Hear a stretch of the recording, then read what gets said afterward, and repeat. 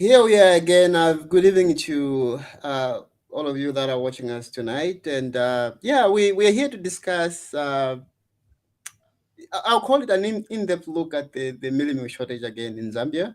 And joining me tonight is Mr. Patrick Chilufya and Mr. Nikki. How are you, sirs? And how are you doing? I'm well. I'm well. And how are you doing, Perry? I can't complain. It's warm outside, so yeah, it's about time. I'll have to go and take a walk and enjoy the sun. Mr. Patrick, how are you, sir? Thank you so much, Perry, for inviting me. And good to see you, Nikki. Thank you. Good to see you too, Patrick. Yeah. And also our viewers, please share this program. And thank you so much for your viewership. All right.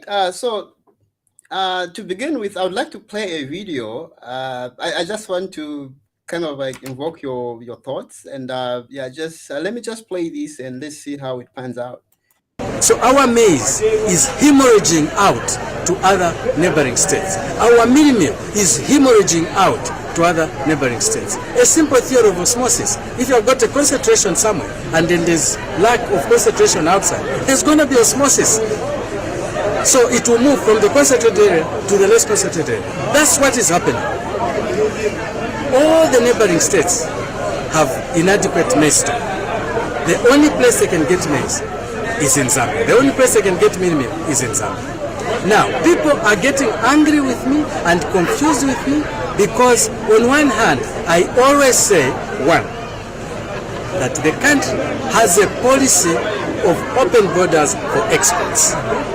Don't confuse this statement to mean that even when in your own house you have no sufficient stock, you are exporting. No, you restrict the exports. You stop the exports. But the overall policy is that Zambia has obtained open door policy for exports. Now, there is a lot of confusion on that, and people think that I am contradicting myself. I would like people to be calm and sober in analyzing what I say. Right now, we are not releasing export permits because our stock is just sufficient for our consumption up until we start getting the new harvest. So we don't want to sell everything. But immediately the situation improves, we will start allowing exports because that's our policy.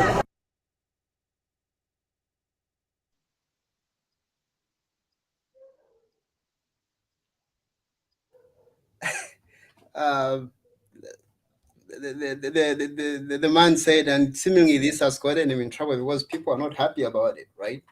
And then I also have another clip from the president. Let me try to see if I try to find something shorter, but let me see if this will suffice. Let's see, I can do that and then play it. The current situation, we must remedy it right away. It's not correct to have the situation we have. We talked about smuggling issues. I think all those things are a combination of what we should be doing. But ultimately, if we don't produce in line with our endowment, we'll be having these meetings. I've heard your comment that you don't want imports. But if we don't have the mealie meal in Kasumbalesa, in Sakanya and Kipushi, in Mokambo, it is encouraging people to drag out mealie meal from the shelves meant for our people and taking it to those border areas to sell it at a higher price. How do we avoid that? Let's put mealie meal there and we get that higher price without distorting our situation and creating shortages. Honestly, Jomo, we're smart enough to find solutions to these problems. We're smart. These brains are, you develop these milling companies to huge businesses. Why should we be grappling with this issue? Let's just work together on top of the table. Let's not keep some conversations under the table. Let's have a conversation on top of the table. And we respect what you do. We respect what farmers do. But let's also support farmers so that they too can make money. Our mandate is to ensure, first of all, that we supply commodities to the domestic market. We satisfy domestic market before we could actually look at even the exports. So that is our number one priority in as far as product delivery is concerned. We do appreciate, I think, your concerns around this issue, and we hope that this afternoon we'll have a very candid discussion in trying to address, looking at the short-term measures, obviously something to do with the current happenings. We have proposals, obviously, as we continue engaging. We have some of the proposals that we'll have to put on the table that will have to address the short and long-term challenges in as far as we, in our quest to grow the agriculture sector. We need to be bold as a country and as a people that we liberalize maize marketing in Zambia. Then it will have answered a lot of issues.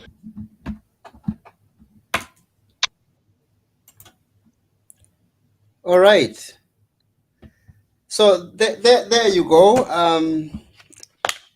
So I'll go to Nikki. My question to you is, what is the role of the FRA then? Yeah, thank you. Thank you, Perry. I hope I'm audible enough. Okay, yeah. So first of all, it's Yes, you are. yeah. First of all, quite interesting thoughts from the Minister of Agriculture from the clip that you played, and also the remarks from the President.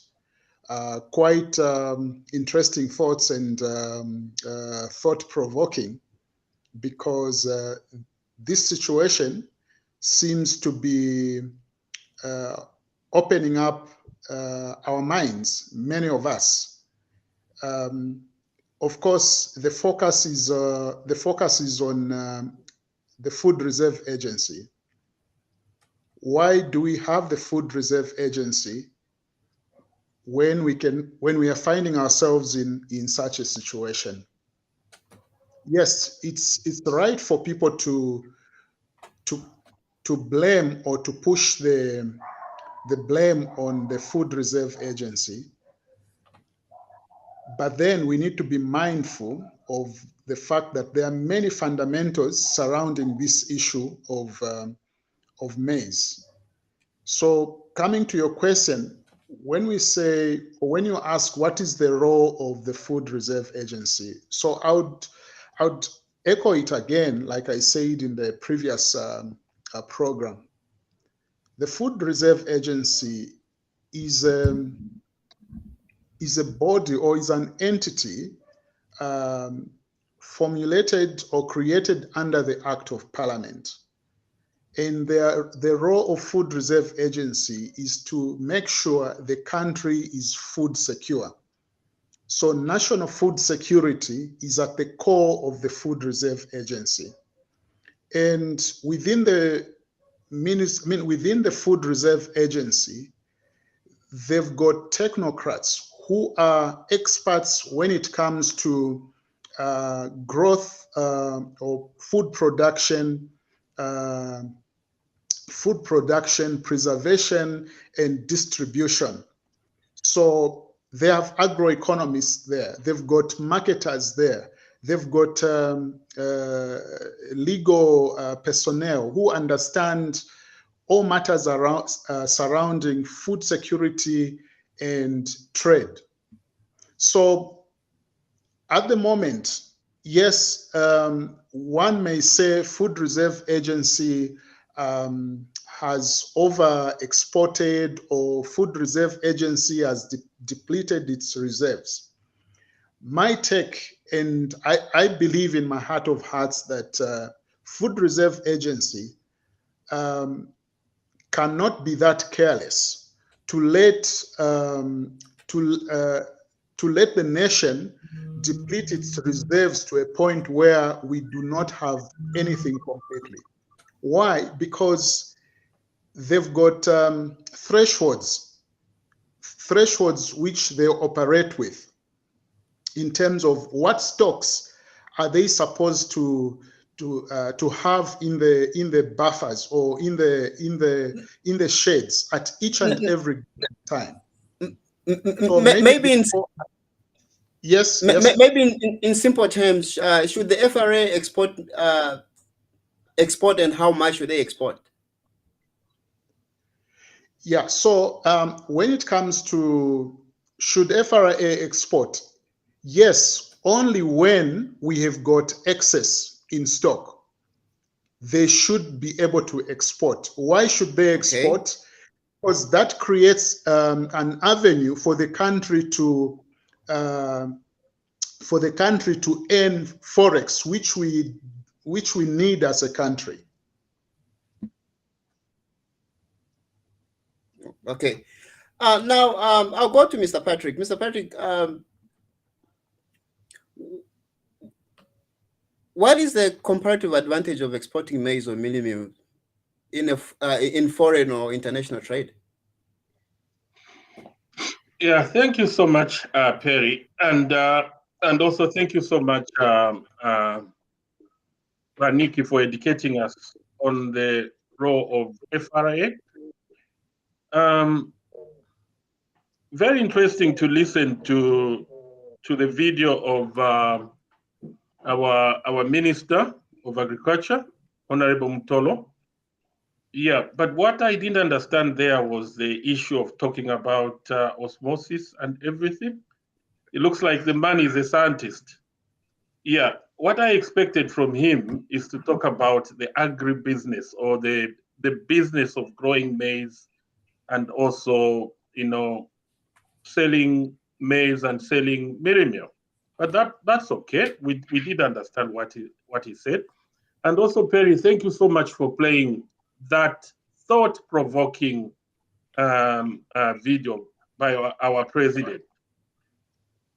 To me, it seems the president, the one thing I like about HH, while everybody was denying there's no shortage of this, there's nothing, this, the president just says, we've got a situation here, we've got a crisis.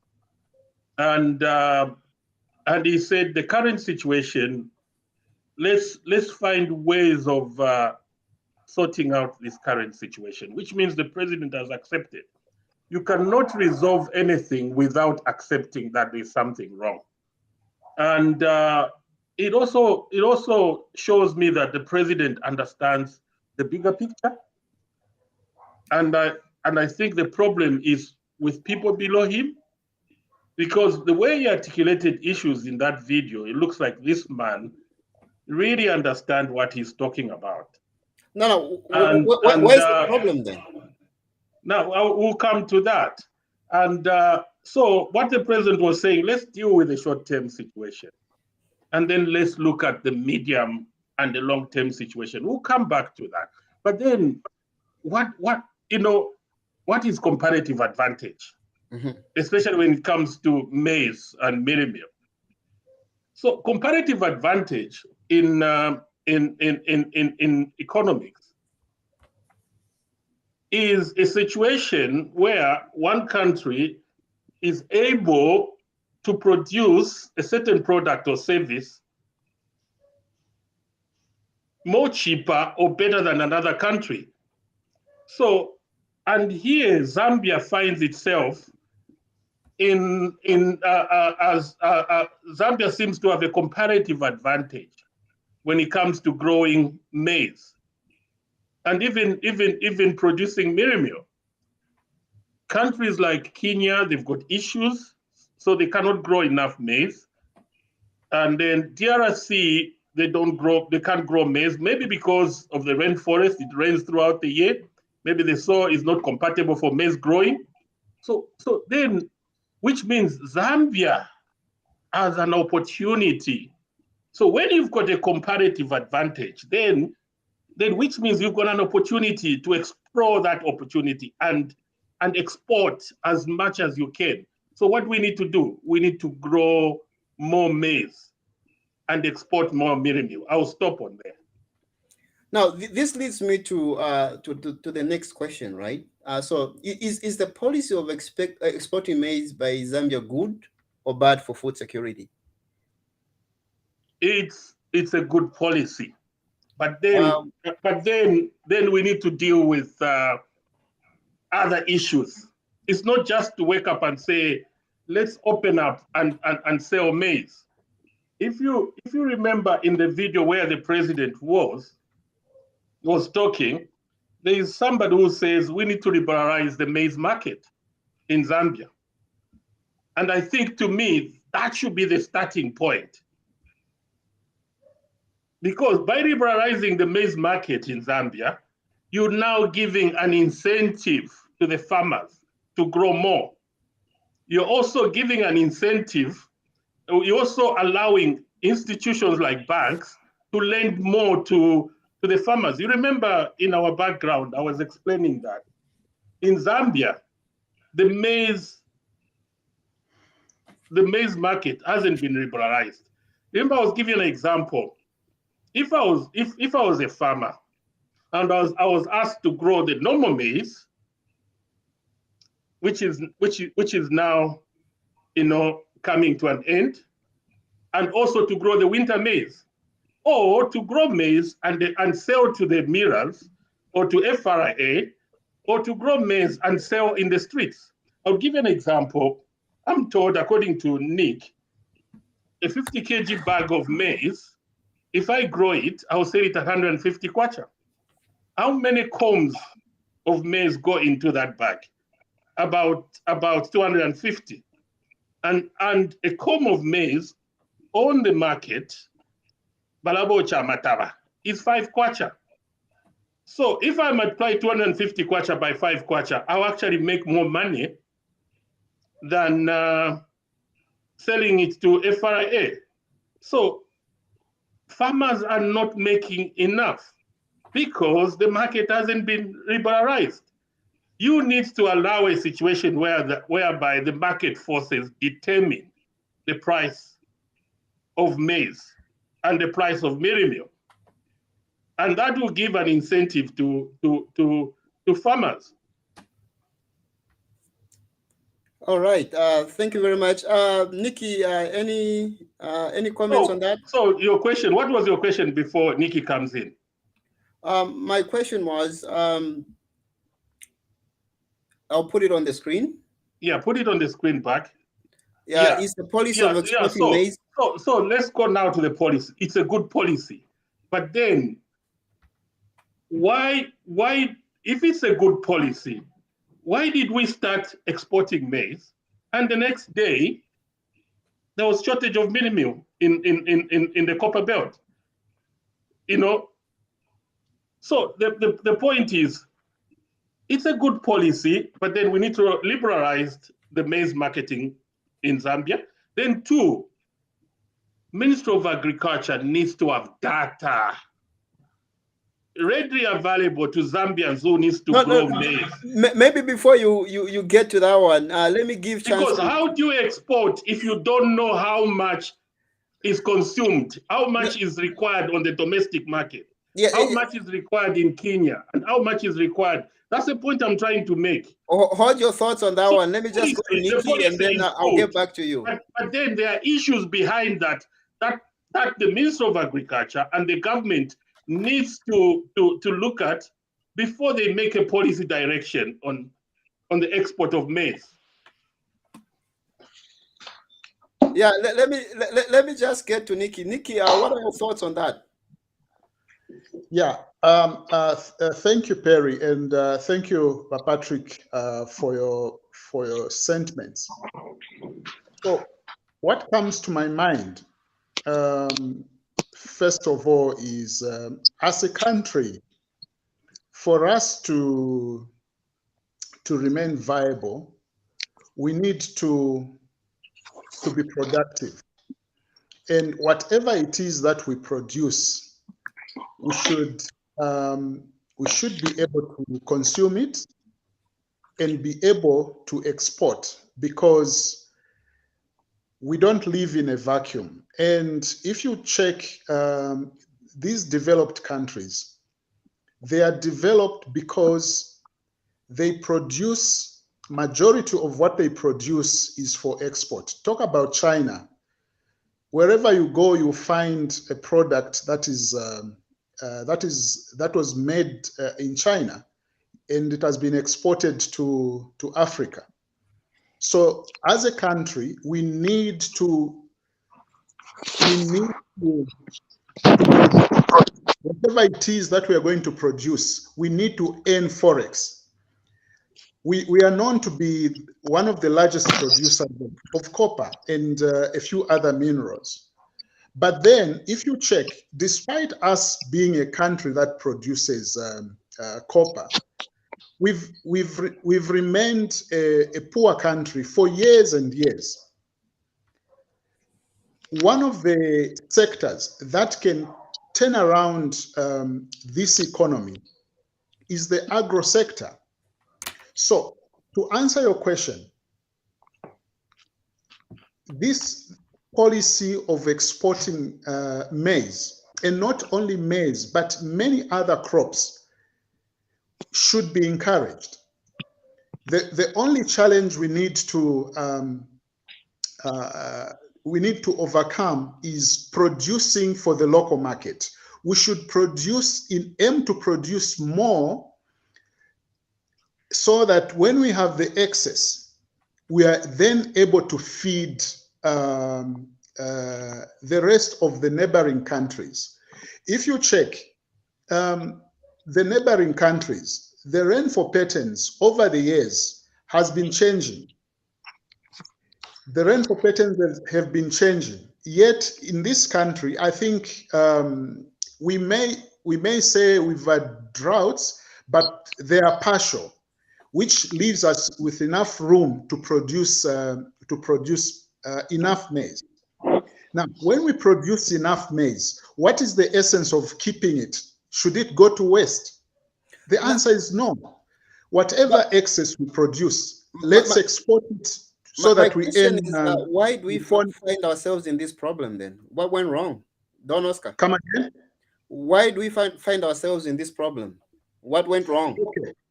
Okay, so if you heard what the minister, I know he used a biological example of osmosis. But that was wrong. That was totally wrong. I think it depends on the context and the understanding of the people that he was addressing. In simple terms, what he was simply saying was that in the region, at the moment, we are the only country, and maybe South Africa, that have maize. South Africa, the maize that they have is GMO. Zambia has non-GMO maize, which is on demand. So you find that countries like Zimbabwe, Malawi, Angola, Congo, Kenya, and Burundi, they are all looking up to Zambia, because their stocks are not enough to feed their people. So they are all rushing into Zambia to get hold of the maize and the mealie meal. Hence, it has put pressure on our supply as a country. Meantime, our own people also want to feed. Our animals or our livestock also need to feed. So there's pressure on the stocks that we have. No wonder we found ourselves in this situation. Don Oscar, welcome. What are your thoughts on this? Thank you very much. I'm sorry for my friends on the panel, Mr. Miki, Mr. Chilufya, Perry. Sorry, I had just an inconvenience, but I did my best to be part of this platform. Good evening, all the people, the viewers from all over the world. We appreciate your presence, and I thank all the panelists and your contributions. I didn't listen much to the beginning, but I think I would connect with what we did also yesterday. And listening to Mr. Minky, I was thinking that, like we alluded to last night, we were saying one of the questions that were coming in the platform were this question: what have we learned? What have we learned from this tragedy? And how I would love, Mr. Perry, how I would love that in our context, our political context in Africa, how I would love our countries, especially Zambia in particular. Before you,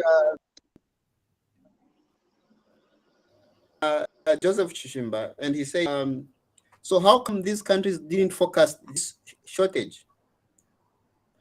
But I think Nick, you had answered this question already, because you said they've been experiencing drought, and then some of them it's more beneficial for them to go into mining and other than agriculture. But it's really can I come in for that? Can I come in on that question? Yes, please take it up. The other countries, okay, what we should understand, gentlemen, here in Italy, the staple food is pasta, spaghetti. The staple food for Zambia is mealie. The staple food for Nigeria is not mealie. Do you understand me? The staple food in Nigeria is not mealie. It's rice and cassava. Yam. It's yam. So, gentlemen, let us not compare to other countries as if Nigerians they depend on mealie meal. Zambians we depend on mealie meal. Nigerians they can survive without mealie meal. We cannot survive. Just as the Tanzanians can survive without mealie meal. The Zambians no. If it were cassava in Luapula, other places there, our people, when they are eating cassava, they think as if they are very poor, they are miserable. When they eat cassava, that's the mentality. Our mentality is, in Moba Perry, if you come into my house, I prepare you a cassava meal, you will look at me. You say, wow, how miserable this young man is. He cannot even afford breakfast meal. That is our mentality. That is our Zambian mentality. So let's not compare Nigeria, Tanzania, probably even Kenya themselves to Zambia. But the Congolese, they like mealie meal. I know that, and I think they eat quite a good a measure of lumps of mealie meal than we do ourselves. So we know the Congolese, yes, but the Zambians, no. So, and why the Zambians, we are so keen in having natural maize and not throwing ourselves into production of this GMO products. Because the Zambians people, for us, maize is fundamental. It's our staple food. Let's distinguish this, gentlemen. South Africa, Mr. Perry, I was in Cape Town. I stayed there for my specialization. I stayed in Bloemfontein and in Cape Town. Of course, we went Pretoria, Johannesburg, Durban, and these countries. But I stayed most of the time. I stayed in Bloemfontein and in Cape Town. They don't eat maize as a main food, gentlemen. Let's not mix the things. The South Africans, they don't eat uwali the way we eat uwali in Zambia. So it's different. So now, gentlemen, what? For me, all these things we can. It's an opportunity. Let's turn it into an opportunity. We are talking to especially our discussion and our debate is to help our government also to see how we can come out from here. What positive aspects we can take out from this disaster. I think that is our purpose and that is our concern. So now we can say, well, there is demand. Yes. no family, when in any national school, primary school, Mr. Perry, they used to say, charity begins at home. I don't know whether you gentlemen, wherever you went to school, whether you heard of this word. Charity begins at home, which means if I want to give mealie meal, we want to export mealie meal to the Congolese, first of all, at home, let's give our people enough mealie meal. I think that is going to make sense. If we are going to export to Brazil, first of all, even if Brazil is going to say, Zambians, we have a lot of demand. We have cash to give the Zambian people. I personally, gentlemen, I think it's fundamental for us, first of all, to look into the plight of the people and the demands of the Zambian people. Then it is an opportunity to go and export to Tanzania, to Kenya, to Mozambique, and to Congo. Okay, so there's a comment from, thank you very much, Don Oscar. There's a comment from Boniface Ngandu, and Boniface says, Honorable Mungandu yesterday said the mealie meal shortage is common in the border towns. Inland, many of those towns have sufficient stock. Any thoughts? So he's saying those places that are affected with this shortage are those that are the border towns. But when you talk about those towns that are inland, they have sufficient stock. What are your reaction on that one, Mr. Patrick? You know, if you listen to the president says the current situation. He wasn't talking about border towns, anything. And then he also says, doesn't matter whether it's smuggling or what, we've got a crisis here. Why do we have a crisis? Is because we don't have enough maize on the market. We don't have enough mealie meal. That's the problem. So now the president talked about, don't worry about smuggling. But the president also said we also need to export to countries like DRC. There are treaties behind that. So now this is where an opportunity comes. So how do we resolve that opportunity? Now, this brings me to my next question, though. Sorry to cut you short. My next question is, I'll put it on the screen, right? Does the Ministry of Agriculture have all the data on how much maize we grow as a nation? Well, how much maize we need? Yes, and from the look of things, I don't think they've got data. Because if they had data, we wouldn't have continued exporting. Somebody somewhere would have picked it up that, guys, we are running out of stock. Even before the shortages starts, somebody would have said stop. And that's why because we don't want a local shortage. Let's stop exporting because we need to meet the local demand first. And that's why I said the Minister of Agriculture was wrong in using the osmosis example, because let's not talk about that. No, it was just totally wrong. Yeah, let's talk about that. Let's talk about the issue here. You know, because in every country, especially in the UK, America. Well, the voice is coming back. Yeah, there's feedback, I think. Yeah. People, you need to everybody needs to mute themselves.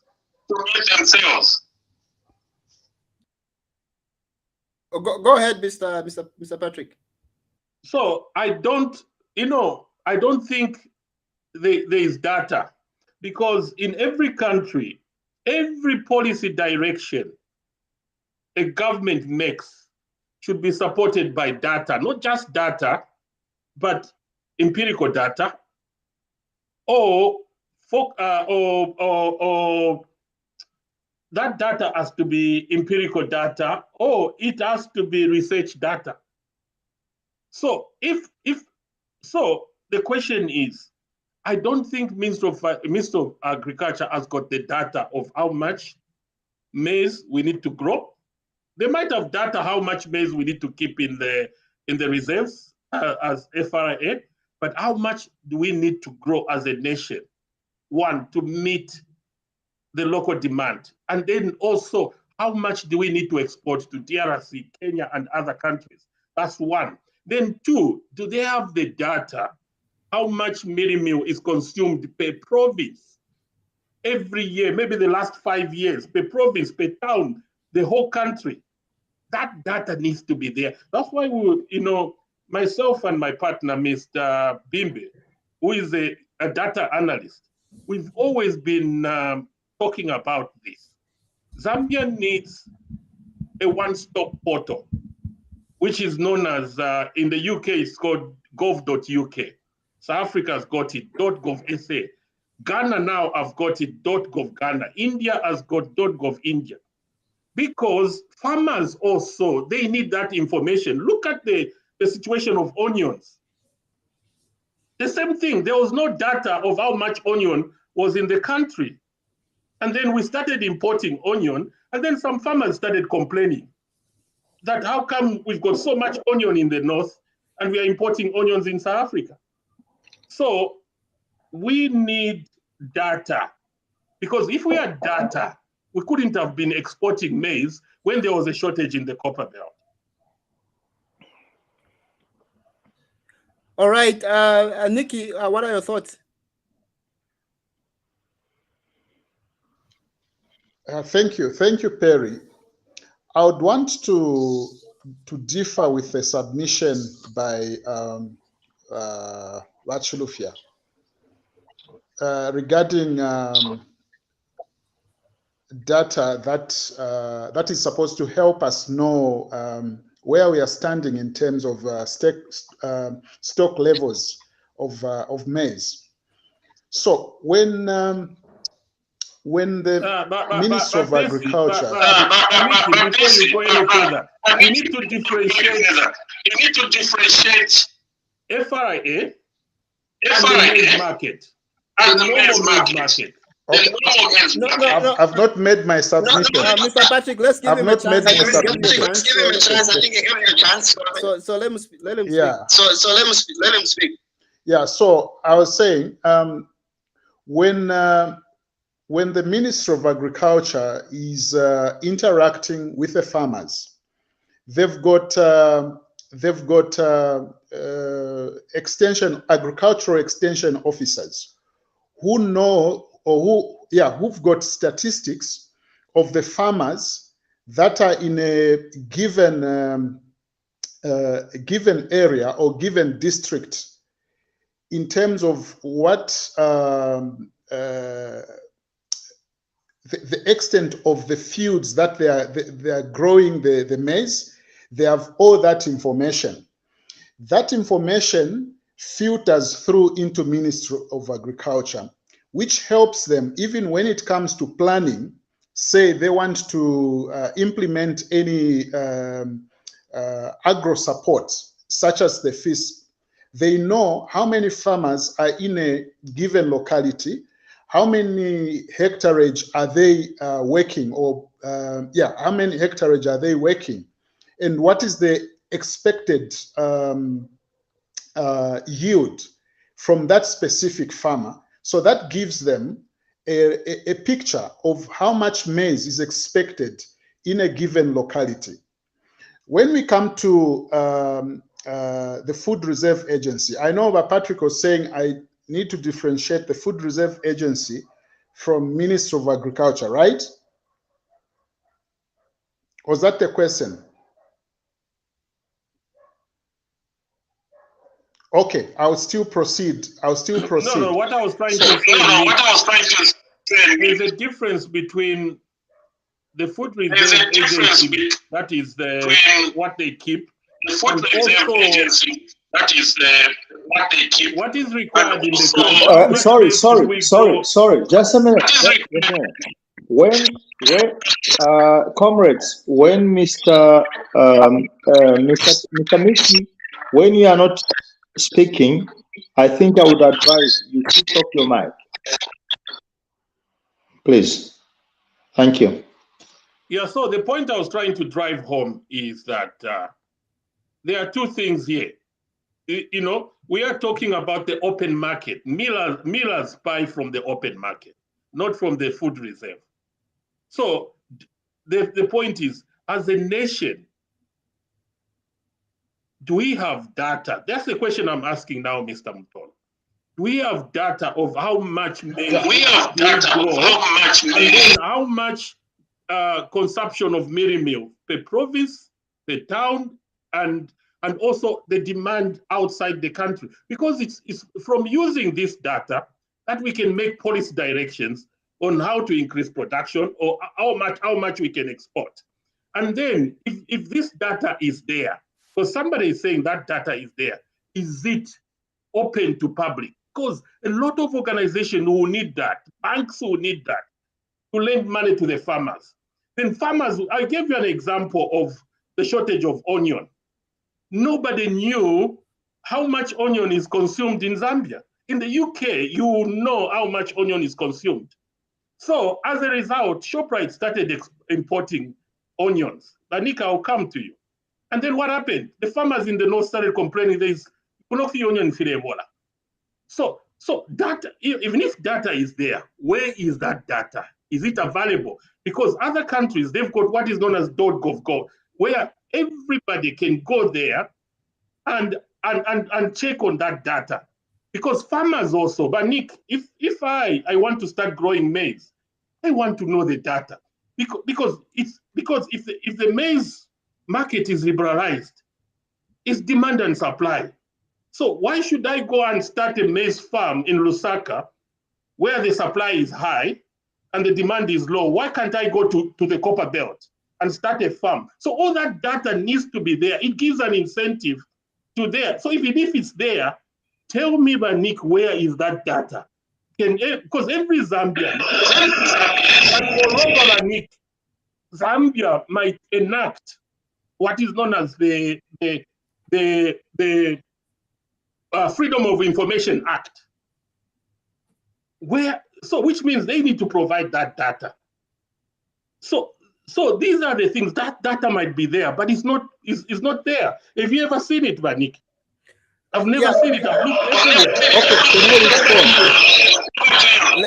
Okay, let me respond. Let's give Nick Mr. Nick to respond. Mr. Nick, pick it up. Yeah. Mr. Nick, pick it up. Yeah. So I know he has stretched it, but I'll still come to you, Patrick. So what the point I was trying to drive at is in the Ministry of Agriculture, they've got these technocrats starting from the agricultural extension officers who provide that information from the ground into the ministry. And within the ministry, they've got agroeconomists who are responsible for the production of maize, to know how much maize is being grown in a specific area. And when it comes to distribution, okay, purchase and distribution of that maize, this is where the Food Reserve Agency comes in. This is a department, like I said in my preamble, this is a department, or this is an entity of government that is responsible for the purchase of that maize, stock it in the sheds to make sure the country is food secure. So they know within the Food Reserve Agency, they know how much maize do we need as a country each year for us to be food secure. When you say there's no data in terms of how much maize we're supposed to have and how much is supposed to be sold, I would want to let you know that when the Food Reserve Agency opens up the market for traders to buy the maize from them, they will sell the maize at a certain point. Even when you go to their sheds, they will tell you the maize the maize for export is done.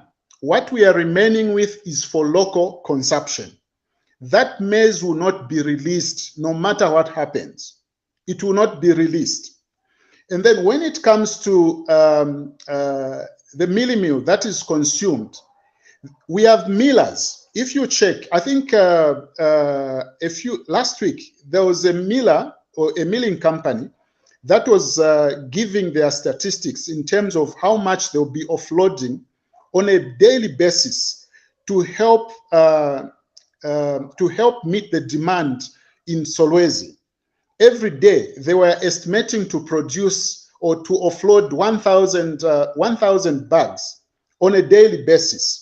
Now, for them to arrive at that figure, it means they've got the numbers in terms of how much mealie meal is consumed in that particular part of the country on a daily basis or on a weekly basis. The same applies to the other millers. They supply maize in different localities. They have information. Mr. Miki, can I interrupt you on that, please? Mr. Miki, please. Sure. Yeah. What you're saying is good. And you say that these people, they have the statistics. I would come back to Mr. Chilufia's point. If they have the statistics, how come we are at this situation? That's a question. Very simple. If these people, listen, when here in Italy, when they say the government is going to conduct the census and UPND, I heard very well. Something beautiful the UPND did when they came back into power was to say, to underline, PF failed to do the census because when you do the census, you know the numbers, how many poor people we have, how many unemployed. So PF failed to do the census in the past. Please understand me. I don't hate PF. I'm using the word PF because they were in the power in the last government. So PF did not make the census because statistically, when you don't know how many people you are supposed to feed, how many people are unemployed, how many people are in difficult situations, you find it very hard for you to work as a government. Now, UPND, they came into power, they did the census process. In the census process, Mr. Miki, if you can remember, there were certain particular questions. Working here and there, what do you do? Some of the people, the Zambians, they refused to disclose this information.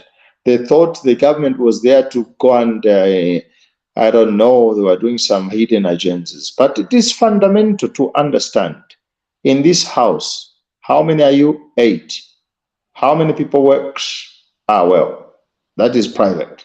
How many people don't work? Well, that's private. All these things. In Europe, it's very categorical. It's simple. We give this information without asking questions. Why are you asking how many people are working this? I give you so that the government, if I don't work, the government is going to provide for me because I don't work. Okay, now, if they doing the statistics in Zambia aimed for a government to understand how many Zambians we have, that was going to result in how much consumption was supposed to be done. We, as experts, were supposed to understand how much the Zambian people can consume, because the majority, I think 98% of the Zambians, they eat maize meal. 98%. 2%, I'll leave it for some of our foreigners and our visitors from outside. They'll eat rice. They don't even eat maize. So now, Don Oscar. Yes. Maybe just to come in, sorry for interrupting you as well. Yes, please. There's a comment from Joseph Chishimba, and he says, so should the president fire the minister for not having data? Because Nikki is saying that the data is there, so that's negligence on his part, right? Yes. So should the minister of agriculture be fired for this chaos? For sure. according to me, for sure, there is a problem at the Ministry of Agriculture. I personally, if I was in that position, I was going to resign. I personally, if I was in that position, I was going to resign. You know, resigning, Mr. Perry, gentlemen on this platform, doesn't mean that the president cannot consider me for the second possibility. When I resign, it means, my goodness, I've made a mistake. It's a serious mistake. If the Minister of Agriculture was going to... now, the problem is he has continued to defend himself. This is the problem. Don Oscar. He has continued. The problem that's why I was saying when using osmosis, when there's concentration, you're supposed to know how much concentration is there. So wonderful. Why do you have to export and you don't know the numbers that you have in store? Wonderful, Mr. Perry. So yes, that that's was it. The wrong adage altogether. It wasn't supposed to use totally wrong. That's what we're saying. And when we say the minister resigns or is put aside for a moment, it doesn't mean that the president cannot take the same minister to say, well, now you are reformed and I'm going to give you a second opportunity. The president can do that. But I said it yesterday, gentlemen. I said, soon or later, the New Dawn government is going to pay for this. If they don't control it. How do you control it? We have just ahead of the reshuffles of people we didn't understand. Of course, we are not in the government, so we don't know the real situation. But the Zambian people, like myself, I thought that time the white gloves were going to announce a name. Mr. Mutolo is put aside. Even me, I never thought, oh, Kajoma, oh my goodness, what has he done? But all the Zambian people, they knew what the minister of Mutolo did. Everyone, me, I knew. Oh, Europe, they know what Mutolo has done in Zambia. That's what you should understand, gentlemen. So, okay. No, let's give chance to Nikki, and then after Nikki, Mr. Thank you. So, Nikki, sorry, I intervened. I just wanted to say, statistics are there to understand how you can govern a country. Not only a country, but also a company. How many workers do I have? Well, what does that supposed to be? Don Oscar, yes. Just to give you an example here in Canada, right? Yes, please. Canada, every month, okay, they say, okay, we've created so many jobs. Every month, they announce that. We don't have that in Zambia. CSO doesn't know how, they don't know how many jobs have been created. The Ministry of... So what Mr. Patrick is saying, that all this information needs to be on the fingertips of each and every Zambian, and the president must have access to this information. Well, yes. Right now what's happening is that these, I would call amateur moves, are putting they're putting the neck of it's the neck of the president that's on the chopping board. For sure. Whatever is happening, they're saying, look, this guy is incompetent, but he's not. For sure. But Perry, can I just say something about that information? In most countries, Canada, UK, India now, they've got a dashboard for the president for KPIs. And if Zambia, because they've linked all the government departments, because the problem might not be Mutolo. The problem might be maybe statistics has got the information, but the systems are not interlinked. And sometimes as Zambians, we can be lazy. We think maybe that information is not important. So Mutolo maybe didn't have the information, but if the president is supposed to have a dashboard, but maize is a national security. At any time, the president needs to know, when he opens his computer, the KPIs needs to show, this is how much maize we need to have in Southern Province. This is how much mealie we are consuming. This is how much reserves are remaining, so that decisions are made as quickly as possible instead of firefighting what we are doing now as a nation. And but Nick, if data was there, we won't be fighting here. we won't be doing this fighting. Or the data might be there, but it's scattered all over. It's not collated. Over to you, Perry. Yeah, Nikki, can you pick it up, please? Okay.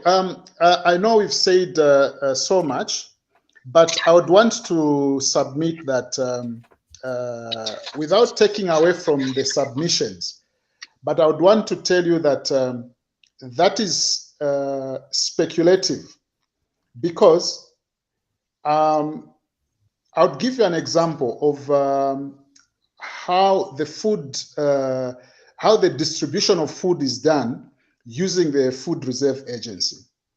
And you'd be able to judge whether that data is there or not. As far as I'm concerned, and from what the little I know, that data is there. So when Food Reserve Agency has procured the maize from the private farmers, they know what is their target for that particular season. For example, for argument's sake, they would say, we need 500,000 metric tons. For example, in the sheds in Lusaka, we need 500,000 metric tons. When they begin to sell the maize, they know how much maize will be consumed in Lusaka, or how much maize is consumed in Lusaka every year or every season. So if, for example, we in Lusaka, we consume maybe 100,000 metric tons, or let me say, 100,000 metric tons. The difference, they will make sure, or let me just rephrase it. If Lusaka consumes 400,000 every year, that 400,000 kwacha will be kept for consumption. The 100,000 is what will be open for resale. Now, at the moment they start selling the maize, the moment they reach the 400, they will not sell that maize. So that data will be fed, okay? All the storages or storage houses or sheds around the country, they have people employed to give the statistics in terms of how much maize is in this shed, how much maize is in that shed. So countrywide, it will give us a picture of how much maize we have in reserve. Now, when you say that data is not there, probably we may say maybe the dashboard compared to the developed countries, the way it is administered and how it is done here may be different. Otherwise, the data is there. Now, when you talk about why are we, if the data is there, why are we in this position? The answer is simple. And like we said, the demand from the surrounding or from the region has just increased exponentially. During the PF, I would want to give you an example. During the PF, there was a time, there was a crisis with mealie meal. There was a crisis with mealie meal. I don't know if any one of you can remember, where I remember the Lusaka province minister, then Honorable Bowman Lusambo, went round ShopRite to make sure people are not buying more than one bag of mealie meal. Are we saying they didn't have the data then? They had the data, but because the demand had just increased more than we expected. The same has happened now. No, Nikki, when you have the data, you can forecast for those demand. That's what we're saying. So the problem we have now is that data being input manually or what's happening? Because we need to have an efficient system. So you see, in as much as, yes, I appreciate your question on the data. One thing you need to understand is that we may have the data, but what smuggling does, even if you have that data, what smuggling does, like for example, right now, a bag of mealie meal in Congo is selling for not less than 800 kwacha. So you find that there are those traders who are now beginning to operate under a speculative model. They'll buy the mealie meal. They'll buy the mealie meal, and instead of that mealie meal being sold in the local stores in Zambia, it is being sold across, where they are making much more. Hence, even the call from the president to make sure we flood the market here, so that even as these foreigners are coming to get our maize, we should be able to meet that demand. And I think one follower put a comment: why is there demand? Why is there so much demand in the border towns? It's as a result of that. I don't know if you Mr. take my point. Mr. Mickey, please, let's not justify the problems of Zambia because there are demands outside of Zambia. Please, let's stop this. We cannot justify because there's a demand in Congo, then we can suffer. No, this one is nobody. A civilized country can never allow that allegiance. Can you please, Please, Mwewan. Zambia, we are not going to. We don't leave. The Zambian people are not supposed to leave because there's demand in Congo. No, that's you see, Don Oscar. That's my point. My point is, why are we at the position we are at the moment? Why are we here? Mr. Chirukya said the data was not respected. The data was not respected. If this government, they have the data, what have they? What is the meaning of the census, gentlemen? What's the meaning of the census? Nikki, can you mute yourself? Please? Now, can I talk about Perry? Yeah. Perry, in a nutshell, my president, what the president said, this president is in a terrible situation. Here is a president who understands the bigger picture. And then he's got people below him who don't understand what is happening. What the president is saying is, we've got a situation here. Forget about smuggling everything. What do we need to do? The problem which is there is we've got insufficient maize, with insufficient mealie meal. And if we had data, let's forget about that. If we had data, how did we find ourselves in this situation? Yes. And not only that, smuggling maize going to Congo has been done for so many years. Why didn't we collect the data of how much consumption? Because Congo, is next door. They need our maize. Correct that consumption in Congo. We are having this situation because we don't have enough. And the president was saying we need to grow more because this is an opportunity to bring forex, to create more jobs, and also to provide incentives to millers and farmers. And then also says, if you remember the person who was with the president in that meeting, he says, let's liberalize the maize market business in Zambia. You know what it means to liberalize the maize market business? You don't have, then the farmer, it will give an incentive for me to go into farming because nobody will tell me what to sell my bag of maize. Yes. The market forces will determine demand and supply. Yes. I rest my peace. Mr. Nikki, pick it up, please. All of us have to mute ourselves so that we don't have any feedback. Mr. Nikki, do you have a counter reaction? What are your thoughts? Well, I believe it's a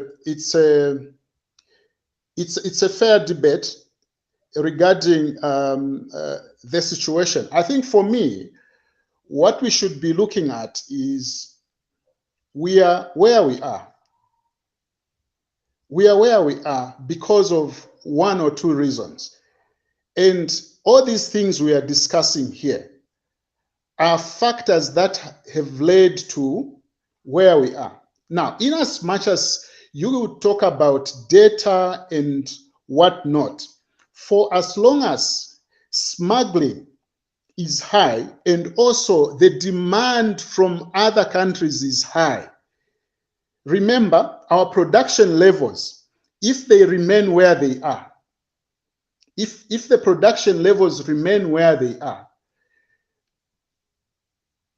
foreigners who are in need of that commodity will find a way of getting it. We like it or not. Nikki, just to cut you short on that. What we are saying is that with the right data, right, Zambia would be able to know how many bags of mealie meal leave the borders. When we know the number of bags that leave our country, Sorry, Perry. When we say we'll know how many bags are leaving the country, is that the bags that are leaving legally or illegally? That's what I'm saying. Legally or illegally, what they have to do is open it up and then know the numbers. Because if you open up the border and then everything is illegal, who is going to smuggle? But Nikki, let me So say what we are something. saying is you can even add a factor. You can say, okay, 1 million bags that's illegal, maybe 30% to be smuggled. You can forecast that as well. But Perry, can I say something? Yes, please. Go ahead. The government, the reason why we are saying data is important is that for government to make correct policy decisions, they need to have the right data, the correct data, either research data or empirical data. So for the copper belt, we can say smuggling, those people smuggling 2-3 bags, they are not important. So they can be imputed in the forecast for the copper belt. So let's say for copper belt, we just say how much consumption for copper belt last year. Because in that consumption, ya copper belt, mulinama smugglers, 4 bags, 3 bags, 2 bags. Those are small amounts. But they are already imputed in the, and then the next thing, let's liberalize the market, allow people to export. Then those people are allowing to export, then they're exporting 1,000, 5,000. You cannot allow people to smuggle 1,000 bags, 500 bags, because we need forex. We need money. Mr. Patrick. But then what do we need to do to liberalize that market, to allow people to export? We need to grow more. And that's the solution. Mr. Patrick, may I just come in on that one? Yes, right please. Now, the easiest thing to do is for Zambia to go to DRC and say, how much is the shortfall? Because they know how much their shortfall is. Right? This is the easiest thing the government can do. Go to DRC and say, oh, you guys have no. What is the shortfall? No. That's the easiest, the cheapest. No. We are not supposed to ask our neighbors what they want. No. We are supposed to ask ourselves, Mr. Perry, what we need our people, the Zambian people. Mr. Chilufya says was correct when he says, what is the need of our consumption? If we want, we need 2 million bags of mealie meal so that we can survive a year. If the Minister of Agriculture is capable of making these calculations, then he will survive that post. If he's not capable, I don't understand why he should survive. But Perry, I just need to say Perry, something. we don't have to focus on what Congo wants. If Zambia, we cannot live because of what Congo wants. Let's give chance to Mr. Patrick. Mr. Patrick, pick it up, please. I differ. I beg to agree with you. Yes, the first priority, number President Varilanda, is the local demand.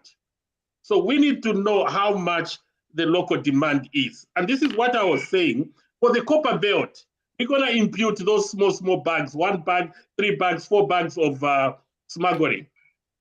And then there is also the normal export of maize. We know how much goes into Congo by the millers. We know that. We need that data Patrick, also. Let me finish my Perry. Let me finish. No, Mr. Patrick, as it stands, we know how much maize, we are okay with the maize situation in Zambia. So what we need to know is how much does Congo need? So I'm coming there, Perry. So the president was saying, yes, we need, don't forget about smuggling. That's what the president was saying. What is our demand in the country? Let's resolve this situation in our country first.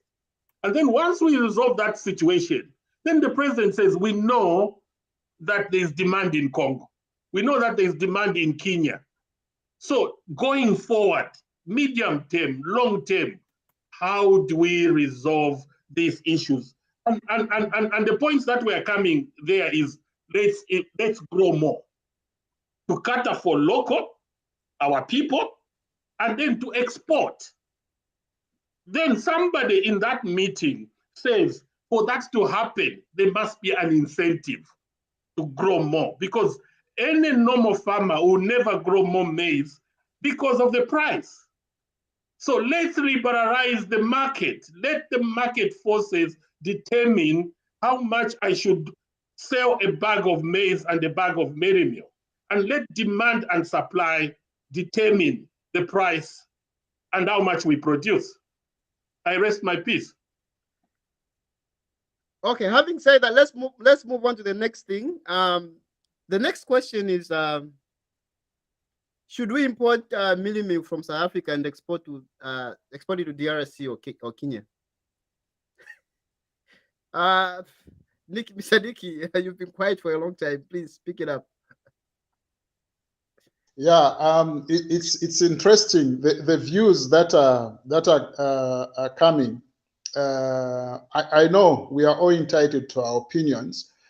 Coming to your question, whether we should import from South Africa, I have a problem with that proposition, in as much as, yes, it is meant to address the current situation in the short term, but I don't find it to be sustainable, in the sense that the maize that is purported to, or the maize that we want to export for purposes of meeting the demand from Congo, first of all, it's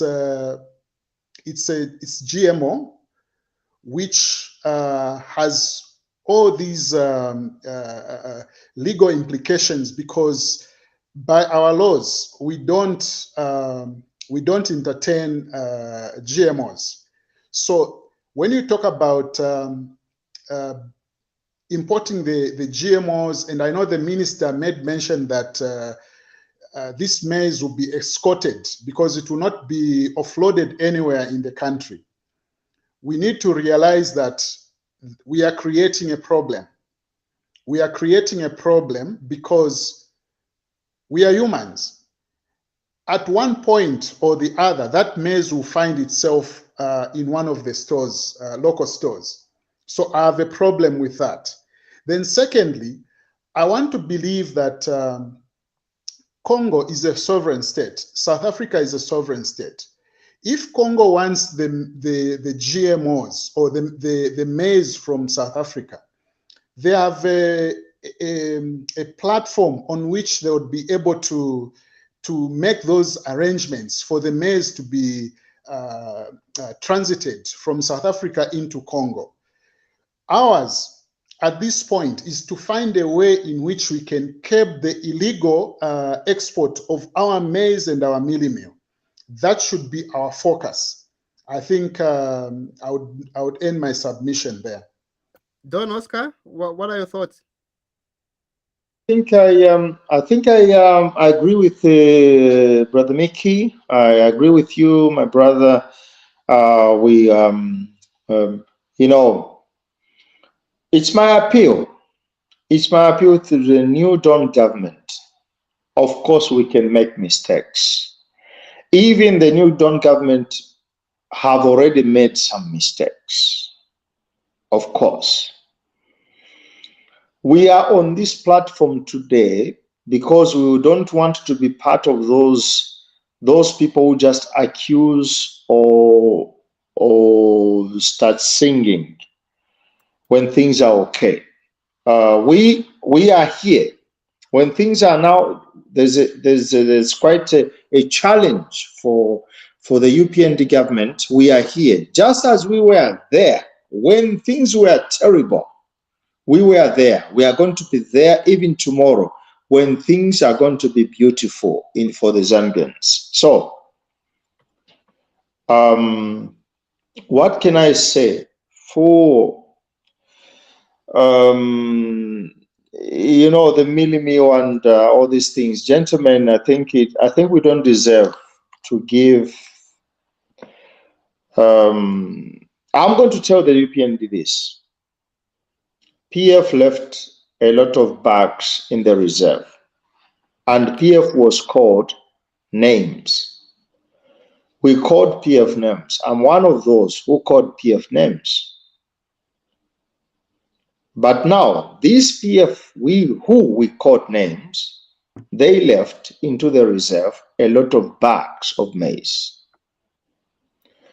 We who were so strategic and very careful, we start now asking to go and import maize from South Africa. I am against that. I'm totally against myself. And I'm saying, even to the president himself, President Hakainde Hichilema, this is not a good move. We cannot go and import maize. And the justification of us importing maize from South Africa is because there is a high demand in Congo. We are Zambian, Mr. President, the New Dawn government. We do not work for Congo. Our government in Zambia does not. Okay, if the government, the UPND government, is going to tell us, let's make money by importing maize from Congo and selling it, from South Africa and selling it to Congo, wonderful. I can accept that as long as in our country we don't have a problem with mealie meal. So, Don Oscar, there's a comment from Joseph Chishimba, and he says, yes, we can import and export if we are making a profit. Mr. Patrick, what are your thoughts?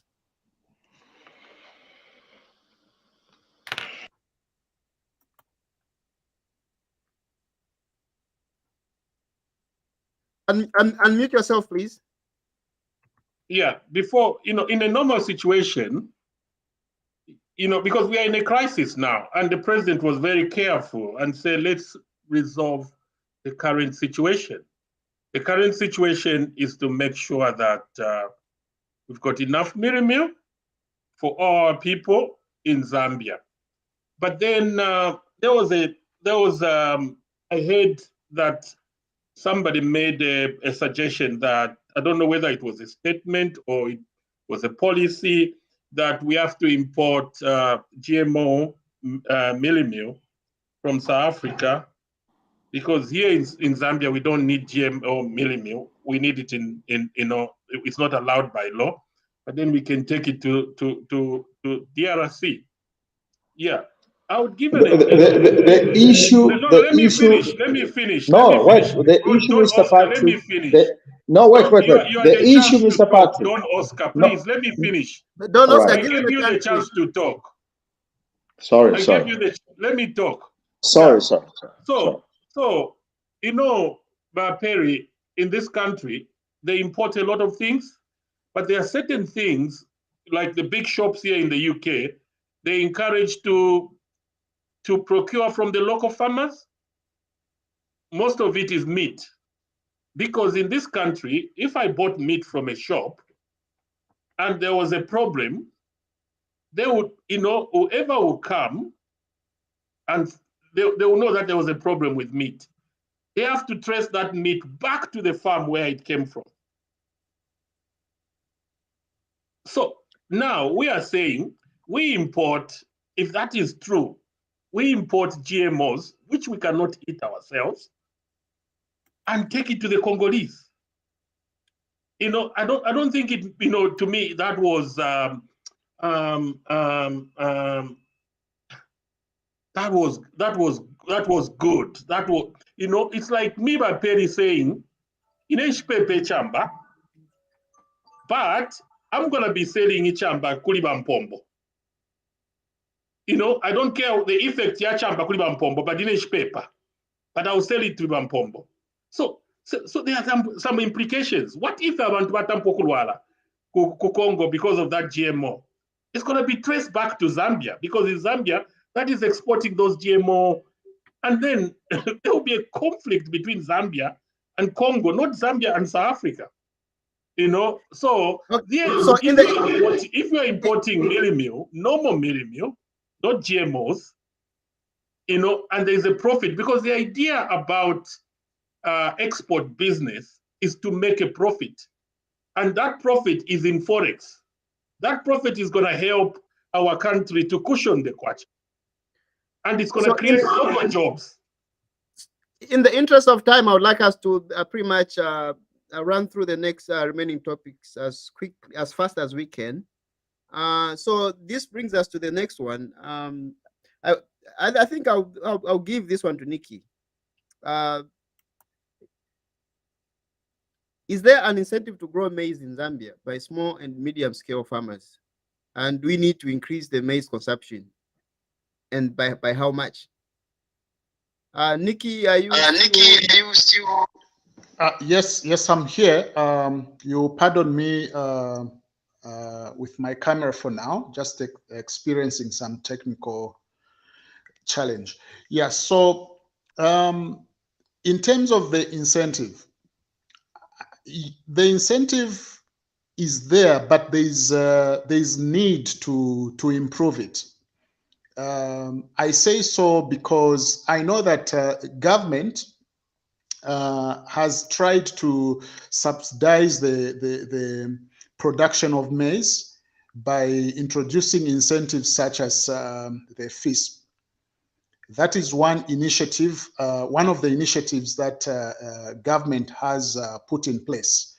Not just this government of the New Dawn, but also the Patriotic Front government pursued that scheme. But I still think there is room for improvement that will help many other prospective farmers to go into the production of maize. And then when it comes to the pricing, that is another area that has proved to be problematic, because most farmers in particular seasons, they've had to stay away from growing maize for resale, but they've just grown maize for maybe home consumption. The reason is simple. Soybeans has been perceived to fetch more when they harvest and now reselling. They've fetched more revenue from that crop compared to maize. However, there is room for us, or government should consider making the price of maize more attractive, so that more players can get into the production of maize. And this will in turn respond to the next part of the question, where we are saying, should we increase the production? Definitely, we need to increase the production. Like I said earlier, the climate change. I mean, the climate change that that is a topical issue globally is not going to spare us, and it is here to stay with us for a while. So, in terms of the demand for maize, we expect to see the demand for maize in the region and across the globe, because remember, maize, there are so many byproducts of maize. There are cornflakes, stock feed, which is made out of maize. So we will not only be looking at mealie meal, which we consume here, like Don Oscar, who was telling us on regions how we consume various commodities. There are many areas that, for example, Kenya, they stock a lot of livestock. So maize definitely is one of the commodities that they would want to feed their animals besides feeding people. So from our end as a country, we should begin to plan how many more people or animals can we feed beyond the 20 million Zambians. And this, in part, I know you couldn't answer. I mean, you couldn't ask that question, but I figured you wanted us to respond to going to Congo, find out what is the demand, which Don Oscar refused to. But in my view, we need to look at the region. How many people are in the region? Zambia has 20 million. Malawi has, whatever the number. Zimbabwe, Congo has about 100 million people. As a country, can we begin to shift?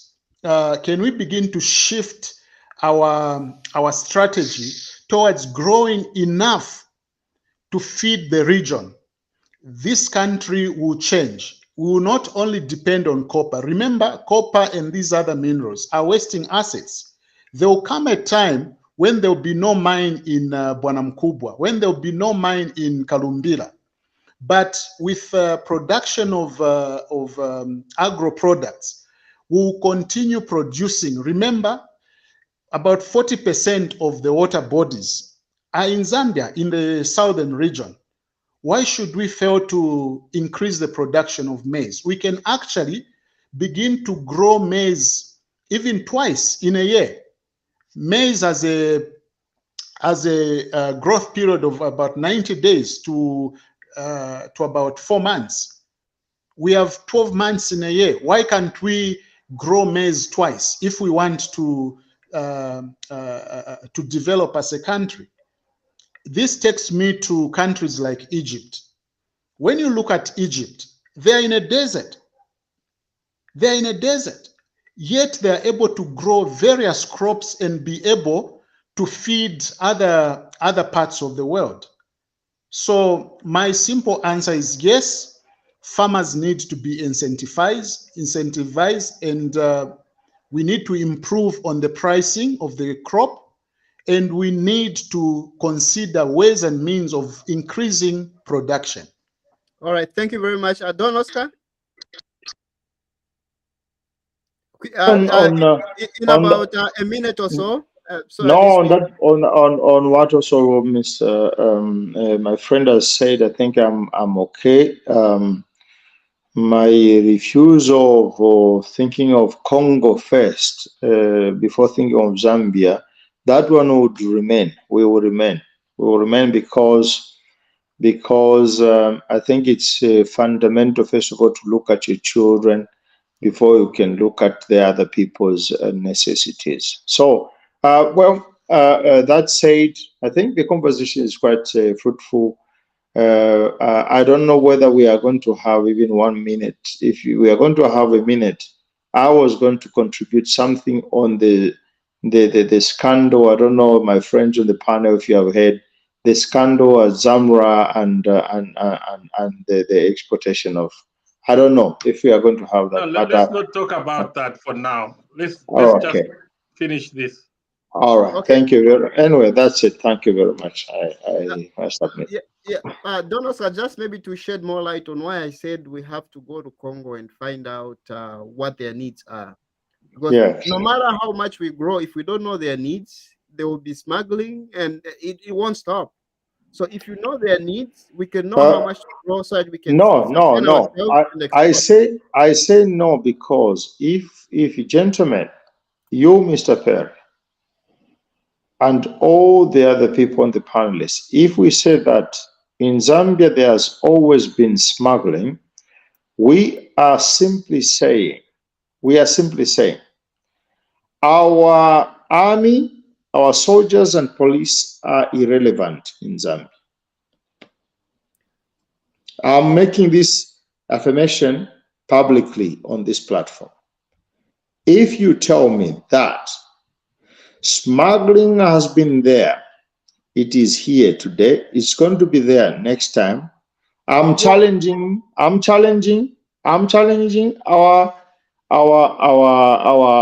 armies who can guard the borders and I'm saying, excuse me, are they there or they have never been there?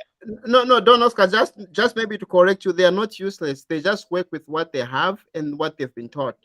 Yeah, so but gentlemen, if smuggling has been there, it is here, it's going to be there next time. Okay. I am going to ask our men in uniform. Then what are they doing? Okay. Wamukerabai, Mutoswan.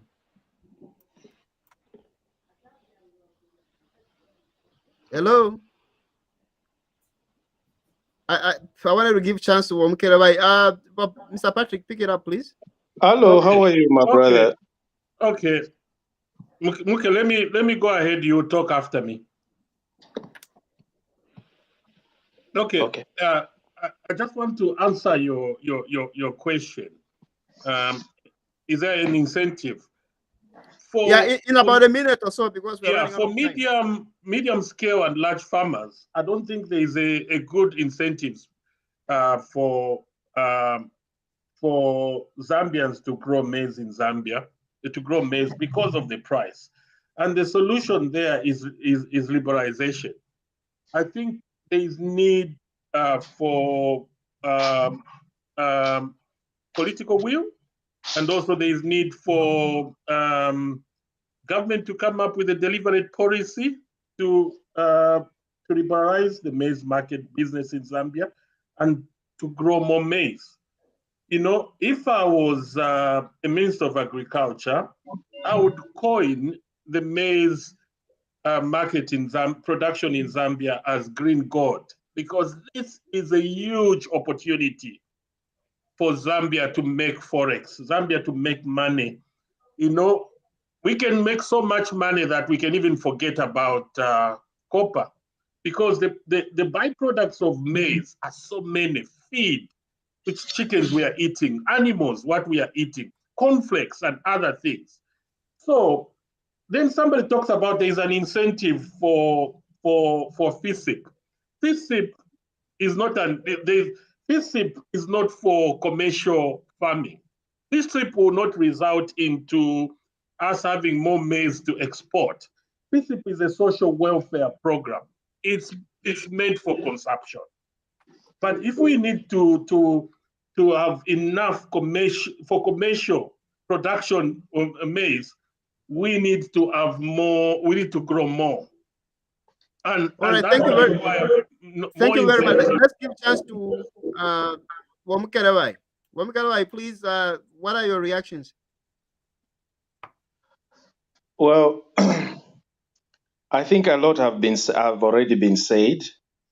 I'm just sad. I'm sorry. My apologies to join a little bit late because I was traveling. I'm in another town.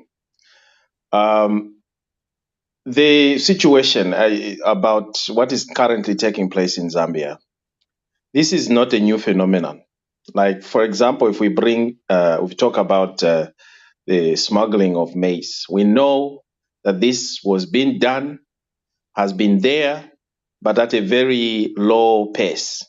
But now that there's demand, there's supply and demand in neighboring countries, and we see a lot of also sabotage on the part of us Zambians who want to be selfish and benefit ourselves without looking. We are not being considerate. Those who are busy smuggling the maize out of the country. Let me stop you right there. You are saying sabotage when the president opened up the market. Is that being fair to the rest of the Zambians?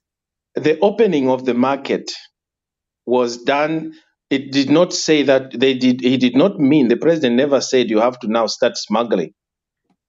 You have to take illegal measures. No. It Any was Mr. taken out of Mr. context.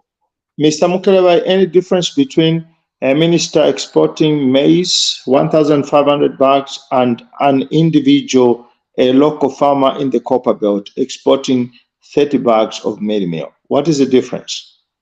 The difference, if the minister has papers, documentation to allow him, is regulated. Those are regulated. And the fear there is unregulated exports. And that's the current situation that we are in, where the government cannot even control anymore because there has been a lot of unregulated exports. Even when the law clearly states, or when this directive to state that we can export, but you have to export through the proper channels where every little coin that goes out, the maize grain that goes out, or the meal that goes out, it is accountable so that we keep stock in our country. We know how much maize have we sold out and how much are we remaining with. But because of an illegal transactions, people that decided to use underhands method, these are the people who have brought a situation. And that is why today the government has made a decision to say, look, let's put a stop to this, because there has been a lot of abuse on the issues, on the aspect of exporting our product. So it is a good move. Mr. Mkerebai, are you saying that there were some steps missed on the presidential pronouncement of exportation of mealie meal and maize? Because for me, it looks like it was an afterthought. And No. If this thing was not true, The issue intention of smuggling was going to be looked in. The intention of the government, the intention of the president was very well meant, but it is us greedy individuals who decided to abuse that directive by not following the right procedure. Because you cannot just export, because you need to pay tax as well. Every maize that leaves the country, the Zambia Revenue Authority has to get something out of that. It has to be regulated. Nomba, kwalesa ngokutirati, most of these trucks that were leaving, and most of the people also who are busy selling ubunga outside, they were not recorded anywhere. So it was not regulated.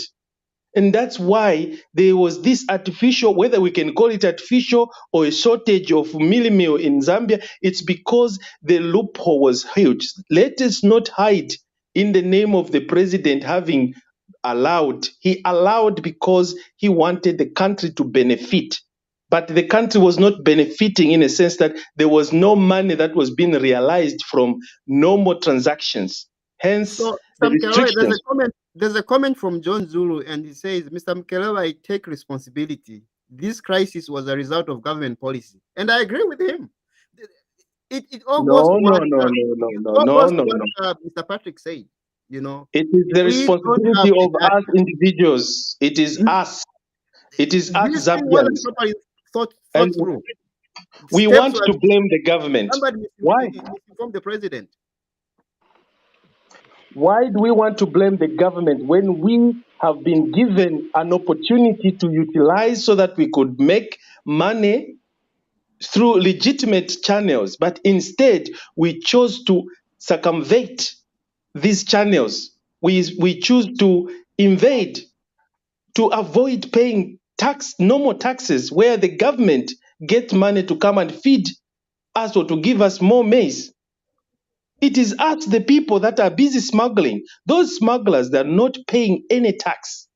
Those smugglers, they are busy making more money on the maize that is being subsidized by the government by giving it to the millers so that they could benefit the people. But instead, the problem is that you are failing to acknowledge that there was a mistake by government. So government knows that these smugglers. Why don't they take action to curb this scourge? So what mistake? There were some steps that were skipped, and somebody has to take ownership. And it's a what is the mistake which the government made, my brother? Tell me the mistake. Well, they never thought this plan through, because if the plan, if right planning was implemented, all this was going to be reduced. They cannot eliminate it, but they can reduce it to acceptable levels. Wow. Today we may find a situation where we want to blame the government. The government meant well. This was going to benefit every Zambian today through proper treatment. Not in short for to government. Can I intervene, Vamukelebai, on you, on your position? We love a government to a papa. But Can I, government now. Vamukelebai? Can I, Vamukelebai, can I? May I finish my point? It is us, the Zambian, that have decided to abuse. No. Yes? I refuse, Vamukelebai. I refuse. That's your opinion. That's your opinion. It's not my opinion. It's not my opinion. It's on record. A minister said, Mr. Mutolo said, we are not going to stop exporting maize to Congo. Vamukelebai, please, let's tell the Zambian people the truth. What's wrong with that? That is the beginning of all the tragedy. Awe. Mwakana shani. Awe, bwana. Ba minister Tefio balandire. And what? Ngefio balandire. Listen. Ba minister balilanda. Lete ni miebe ba minister balilanda chachine chishinka mulelanda. Ba minister balilanda. Okay? That we can never stop. We can never what? Stop exporting. We will never stop. Yes. The reason why he said that is because the government on that had note, control. Let me give a chance to Nikki. Nikki has been quiet for a long time. Nikki, please step in. Yeah, the conversation is getting more interesting and hot. I think for me, the submissions that have been made so far, I'm happy that we've identified where the challenge is coming from. We've also provided solutions to certain initiatives that government must or steps that government must take to alleviate this problem. And also we've identified some of the problems that may be created if we decided to take certain routes, like the importation of GMOs from South Africa. Now, coming to this aspect of the minister said this, the minister said that, I think records are there to show. Whoever is disputing what the other is saying, let's just go back to the records and then we'll be able to establish what is the correct position. Thanks. All right. May I just come in, Mr. before Patrick? you? Can I say something? Can I say something, Mukelebai? Yes, go ahead. Yeah. You know, the president. I like the way HH thinks, but I think his problem is, you know, Perry, for every organization or every government to succeed, there must be the right people, the right processes, and the right tools. And for HH to succeed in his legacy, he needs to have these three things in place. And I think we might have the right people, but we might have wrong processes somewhere. And on the president himself, because we are arguing, it's smuggling, it's what. The point is the president acknowledged there was a crisis. Let's resolve it. And then let's look at the medium and the long-term issues. So whatever this minister said, whatever is irrelevant. Here there is a problem. Mr. Patrick, yeah? Let me just read a comment from John Zulu. Let me finish my point. I'm going to go there. Okay. So, and the president himself, if you remember, I follow him very well. He came from Congo. and I don't know whether he came from Congo or before Congo. He said, let's not call them smugglers. I think you guys remember. I remember vividly. Let's not call them smugglers. They are our customers. So, that statement on its own is a policy direction to the government, to the ministers, that guys, whenever you're calculating the consumption of maize or mealie meal in the copper belt, include these people used to call smugglers. Now they are our customers. Yes, that's the point. That's the point. It's true. But the problem is people below the president don't understand that bigger picture that the president has. And who is to blame? Who is to be insulted? HH. Yeah. It's HH. HH understands. Yeah. And you cannot expect HH to go to Ministry of Agriculture, to become an expensive officer, to go to statistics. What HH needs is the dashboard. All those figures are coming to him and he's making decisions. Because the moment HH discover that the KPI for mealie meal in the copper belt is so much, or maize in the copper belt is so much, and the figures are reducing, there should be a threshold. 60%, 50%. HH will say, no, Minister of Agriculture, import the maize. From wherever you're importing, quietly, without anybody knowing, so that our people in the copper belt don't suffer. And also where we are getting Forex in Congo, we don't also lose that Forex. That's the leadership we need in this country. All right, thank you very much. We are almost running out of time. And then, Perry, you mentioned about forecasting. Yes, we've got the data for that for this year. Then people need to sit down now and say, what can change from this forecast? Then you increase the forecast. Yes. In forecasting, I'm a financial accountant. I'm involved in business planning. In forecasting, there are even seasonal fluctuations. Yes.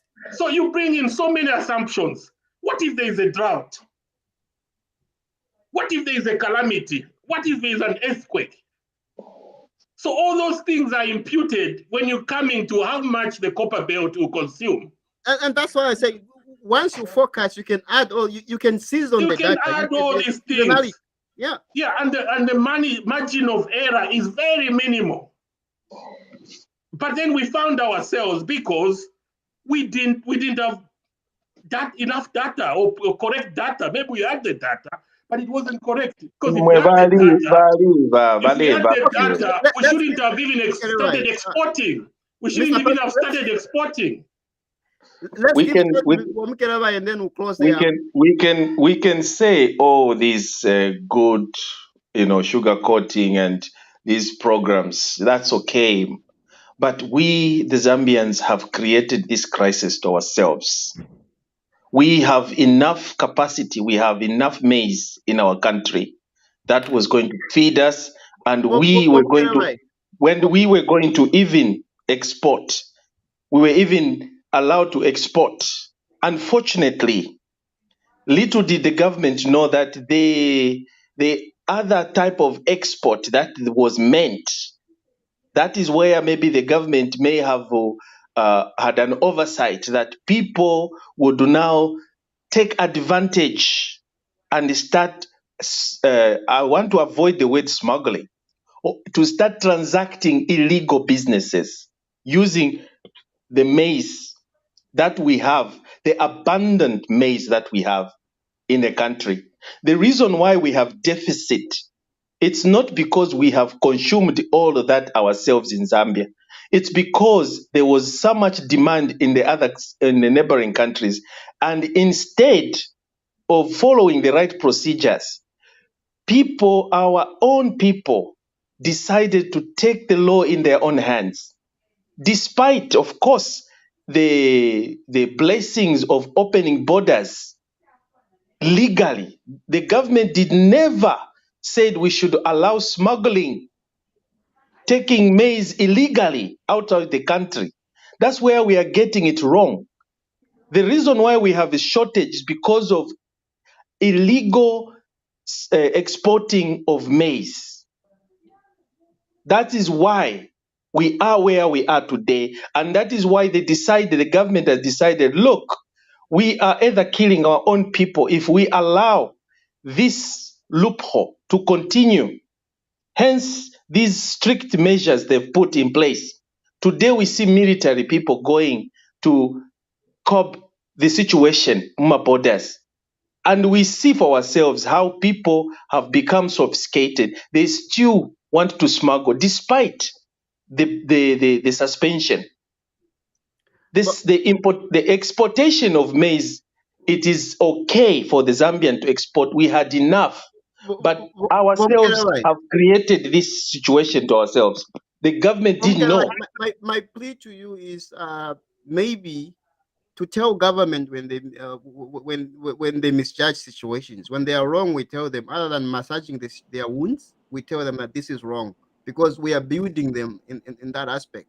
So you wanted the government... Right from the reaction of the minister and what the president is saying, you see that there's a communication gap. You know, and I don't know if you guys UPND are able to see it, but we're able to see there's a mismatch of information, and it's plain to see. Now the problem is like most of the people in UPND, they are there massaging the problem. You tell it. Me too. I've been so harsh on them, and I've said it. We have messed up there. There's been a problem. There has been a problem. And now we are doing these things. We are saying these things openly. It is the smugglers that have messed up, not the government. When we have a pressure, but government we are building the chance. No. Let's diversion is very simple. To divert situations and responsibilities is very simple. To divert. So we don't want UPND to behave like PF. So that's why we are here. A quick question. What message do you have?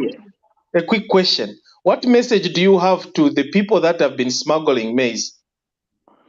They have not been smuggling maize according to President Hakainde Hichilema. The people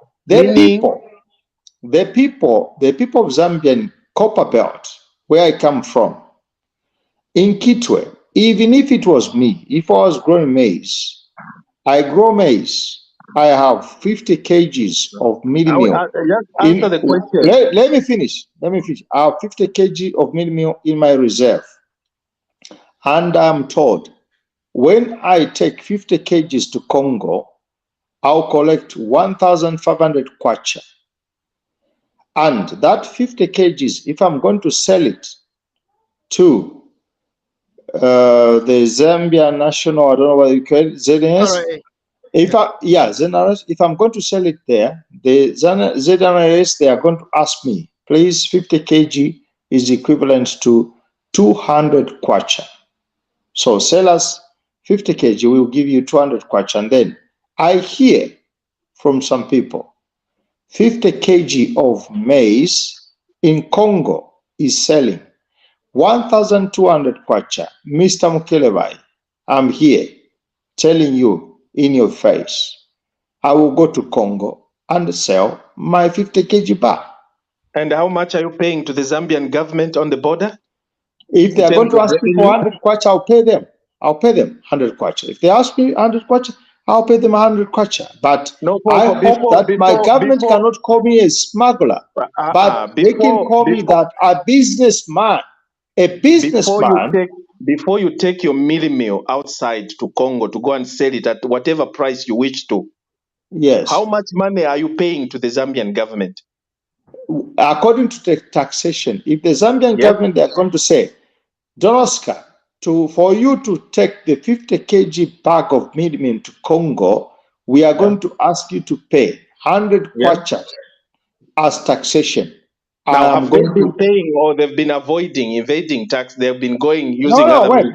Wait. Now we are Mr. Mkeleba, we are discussing so that we can make things in a normal way.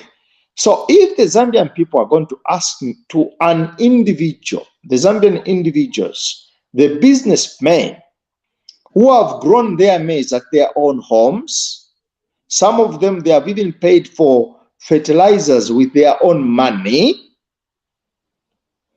and they hear there is big money for selling their maize, I think it's not wrong.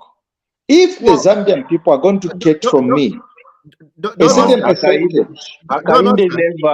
Hakainde or the minister never allowed people to export maize illegally.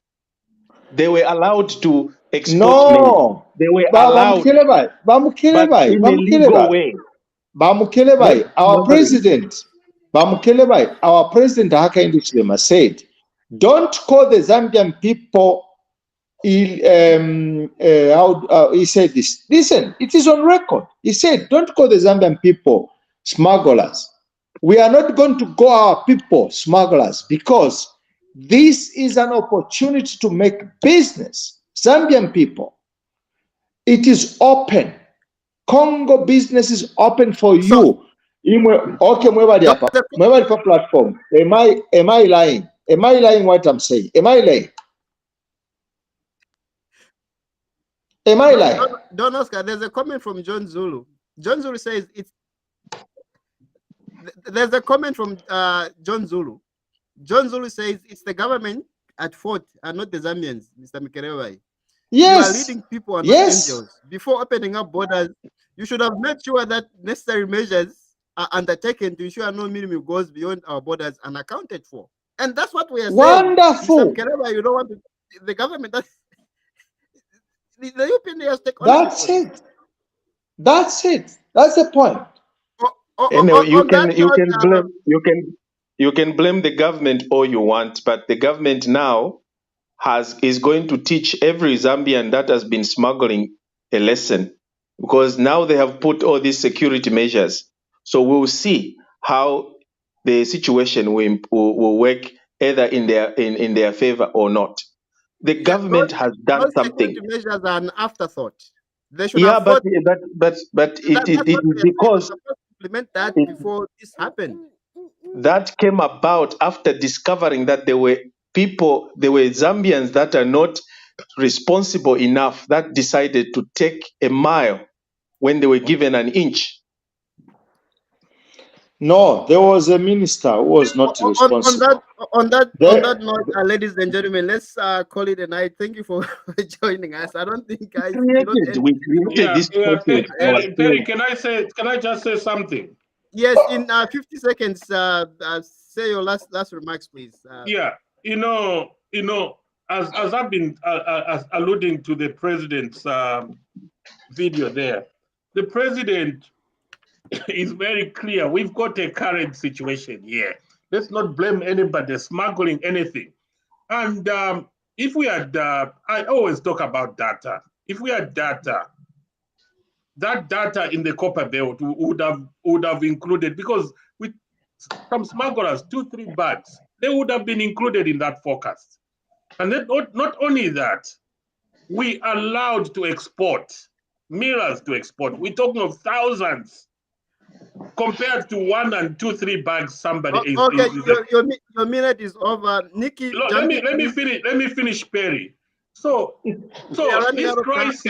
this crisis is not because of smuggling alone. It's complex, and then all we need to do is short term. Let's stop exporting. That's what the president says. We meet the domestic demand, but we still need those people. That's what he said. We need to export to our neighbors. So all right, thank you very much, Mr. Patrick. Nikki, jump in, please. Under 1 minute. Please, under 1 minute. Okay, thank you, Perry. My submission is maize is a highly political commodity.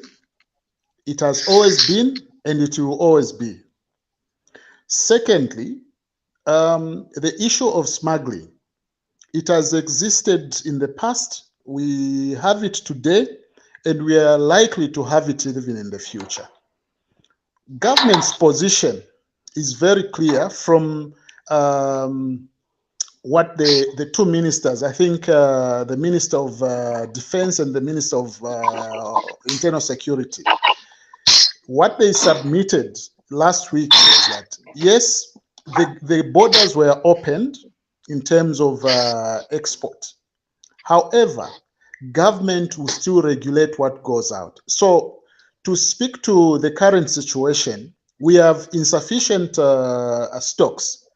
So anyone who would want to export, the government will just put a stop by not issuing them an export permit. The moment you take your maize or your mealie meal outside the country without an export permit, that becomes Illegal. smuggling. All right, thank you very much. And that's where we have the Don Oscar, problem. under a minute. Don Oscar, under a minute. Thank you very much. I just have to thank all my colleagues. Gentlemen, I appreciate the diversity in thoughts and contribution, but I think all of us on this platform, I think we take care of this government. I personally, I would not love this government to fail. If this government fails, I think the consequences might be devastating. So we are trying to help them. We are helping. We are not special. We are not precious. We are not superior, but we contribute because we have seen something different. So kudos, President Hakainde Hichilema, fight very hard. Let's work together. If you want information, listen on this platform. We have these competent people. I've seen Mr. Michi, sorry, the name? Mr. Nikki. Mr. Nikki is quite competent. He's quite competent, and he's the new one who have discovered. He's quite competent. The other gentlemen, they are gigantic, all of them. All of them. Thank you very much. Yeah, so kudos and thank you very much, and good night. Under a minute. Thank you. Kwevena Zambia tufilefe tuikatane, and when something is wrong, let's say it. Let's speak. I agree. The truth, and it's okay. I will not defend the government if the government makes a mistake by making decision that is going to affect people. But right now, in my opinion, I feel this crisis, the so-called, I call it artificial in my own opinion, was created by us, the Zambia, not the government. The government gave us a leeway. We should have utilized this opportunity to our benefit in the rightful way. But instead, we chose the moment you ask me a question, then we'll go on. Oh, yeah, yes, please go ahead. Yes.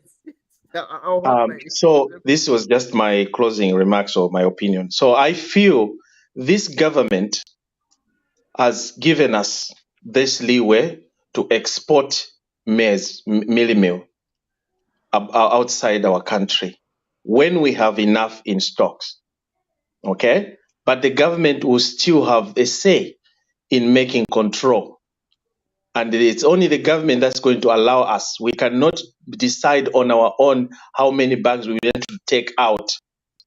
The government has to control and allow us by getting, like what Nikki said, export permit. Through that, there's a fee that is being paid. And the Zambian government is going to gain some revenue out of that. And that is how the government will be able to control. But in this situation, the government had actually had not seen this coming. Though they were prepared, they wanted to give us, the Zambian people, that what is going to benefit us. But we took a mile. We have abused this, and we have created this crisis ourselves, not the government. The government gave us this leeway, but we took it in a different dimension, and this is affecting us.